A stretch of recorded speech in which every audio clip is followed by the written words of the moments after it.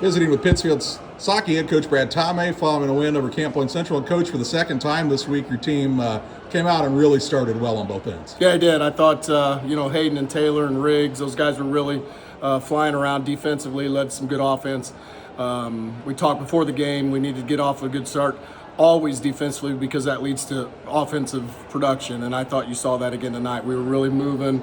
Helps when you're making shots, of course, but I really think that is fed off that defensive end to the offensive end, and then it gets everybody involved in the game early, and we're not trying to light a fire behind their butt. So good to see again. I know in the win against Payson Seymour, you weren't thrilled with the defensive effort after the first quarter, but tonight they were a little more locked in all through forward. Yeah, defensively, 4 quarters was much better tonight, and we talked about that after the game. So it's a learned trait. It's a learned thing that these guys have to understand, that you can't rest on that defensive end. We're not always going to make all the shots, but that defense has got to stay constant. So better tonight, more collective 4 quarters defense on the defensive end, and then offensively we stayed consistent. Had some balanced scoring again. Now we got to look at that free throw line.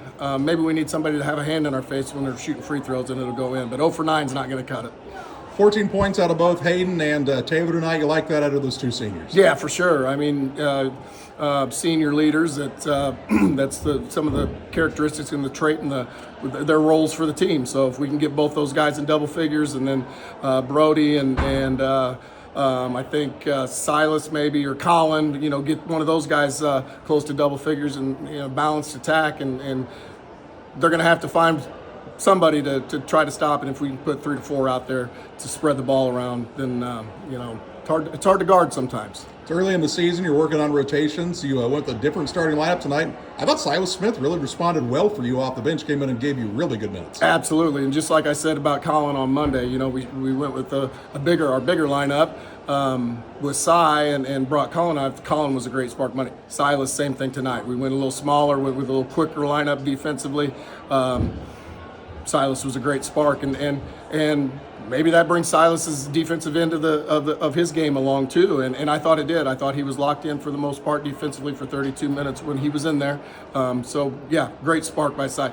You talk about starters. You talk about it's the minutes you get when you're in the game, whether it's at the jump ball or you're coming in at the 3-minute mark. What can you give us in the minutes that you're there?